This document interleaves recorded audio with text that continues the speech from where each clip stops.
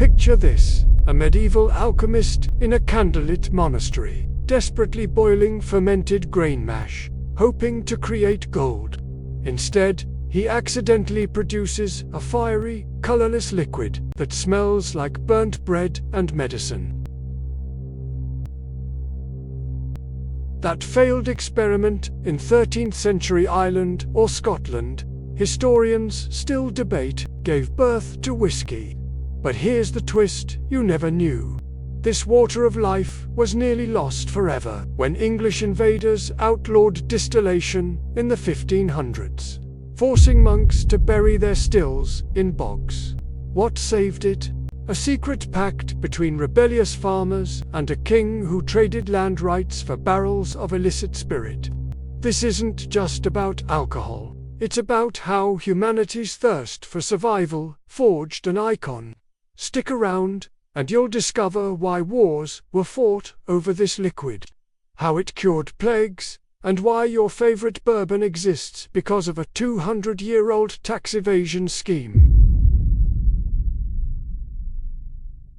Before whiskey, daily life in 12th century Europe was a gauntlet of danger and scarcity. Water sources teemed with cholera and dysentery. Ale and wine were safer, but they spoiled within weeks. In Scotland and Ireland's freezing highlands, grapevines wouldn't grow, leaving communities reliant on weak barley beer. When harvests failed, grain stockpiles rotted, triggering famines. Medicine was medieval. Physicians used leeches or prayed over patients dying from infections.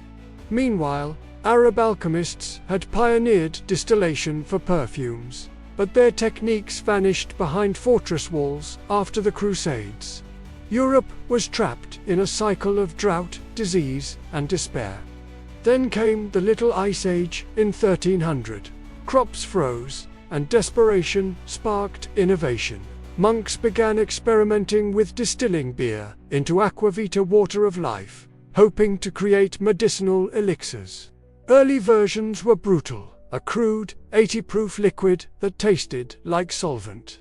Yet it had two life-saving qualities. It killed bacteria and didn't spoil.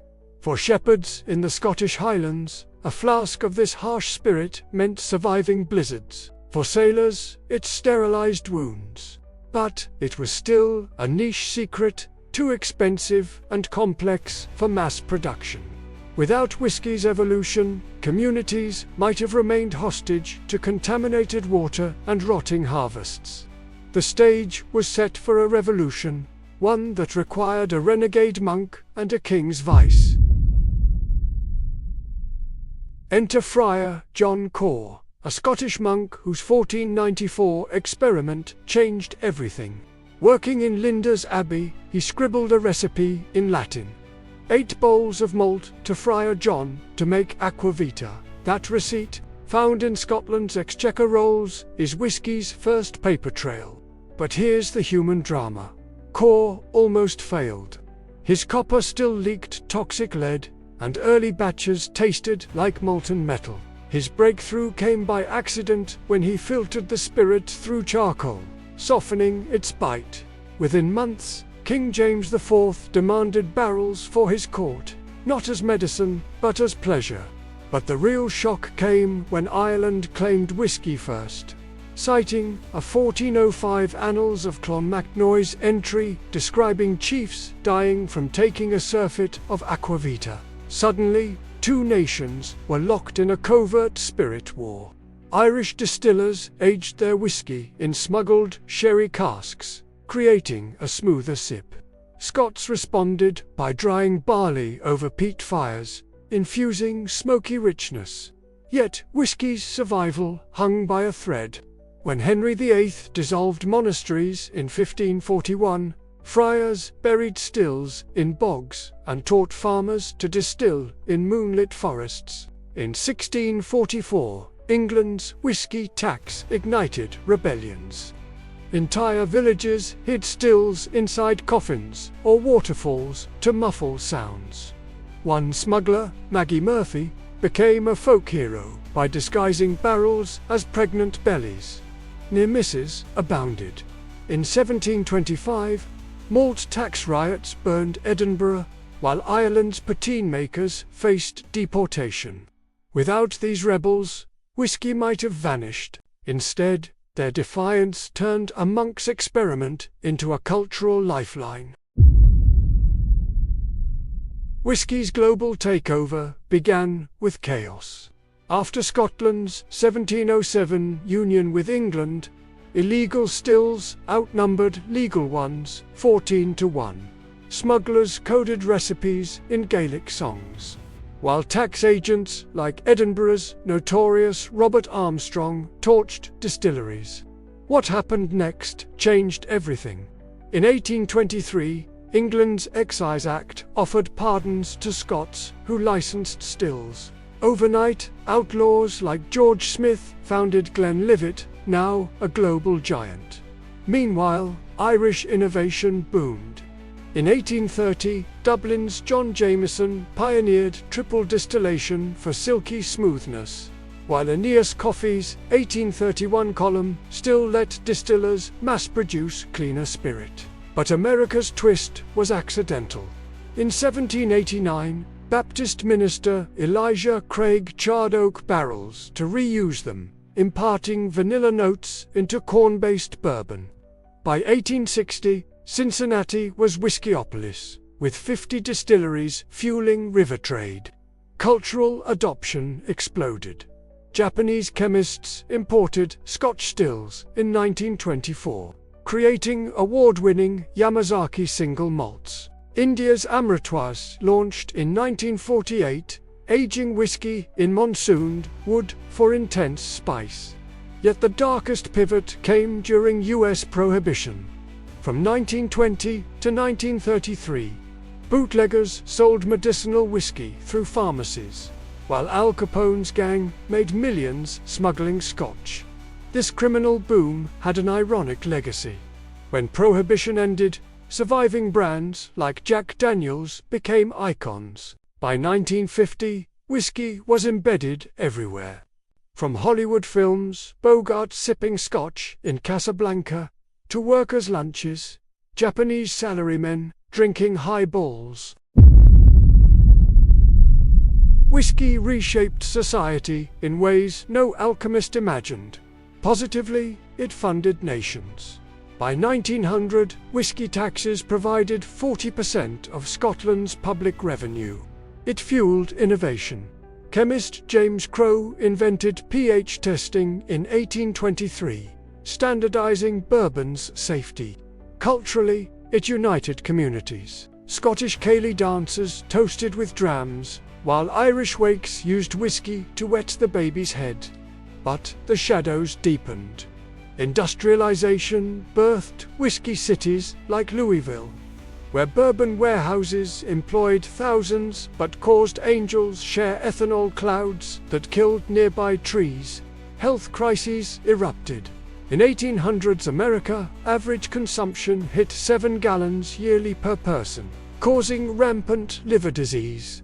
But the real shock came when whiskey altered politics. In 1794, Pennsylvania farmers revolted against Hamilton's liquor tax, and George Washington mobilized troops, marking the first U.S. rebellion. Prohibition birthed organized crime, with 30,000 speakeasies laundering money. Even gender norms shifted. Women ran illegal stills during Prohibition, eroding temperance stigma. Globally, whiskey became colonialism's currency. British traders used Scotch to bargain for Indian tea and African rubber. In Ireland, the 1801 union with England drowned nationalist pubs in whiskey, sparking temperance movements. Yet cultural reverence grew. Japan's samurai families guarded whiskey like heirlooms, while Scotland's 1988 Scotch Whisky Act legally defined its production like champagne. The cost? Enduring addiction cycles. The gain? A spirit that carried identities across oceans. Today, whiskey is a $78 billion global phenomenon. yet its roots echo in every bottle. Craft distilleries like Oregon's Westwood revive ancient techniques using local barley and open fermentation. Sustainability pushes innovation. Scotland's Bruichladdich farms organic barley, while Buffalo Trace's solar-powered stills cut emissions. Culturally, it's a diplomat. Japan's 2015 Yamazaki Sherry Cask won World's Best Whiskey, shattering Eurocentric hierarchies. The lesson: whiskey teaches that necessity fuels ingenuity. Monks didn't set out to create luxury. They solved survival. Modern parallels abound. Mr. NA vaccines emerged from failed cancer trials, just as whiskey rose from alchemy's ashes. Its story also warns of unintended costs. Prohibitions, crime wave, mirrors, text privacy battles, but above all, it celebrates resilience. When Ireland's Old Bushmills distillery burned in 1885, locals rebuilt it in a year. When COVID halted tourism, Scottish distilleries hosted virtual tastings, proving that human connection transcends borders. This story teaches us that brilliance often sparks in darkness, from a monk's failed experiment to your shared toast. The next time you face a challenge, channel the rebels who distilled hope in hidden glens. Adapt, persist, and find the unexpected advantage. Now, we'd love your story. What's your most memorable whiskey moment? How do you think spirits shape cultural identity? Comment below. We read every one. If this journey moved you, hit like and subscribe. Your support helps us unearth more hidden histories. Stay curious and join us next week when we dissect the shocking origins of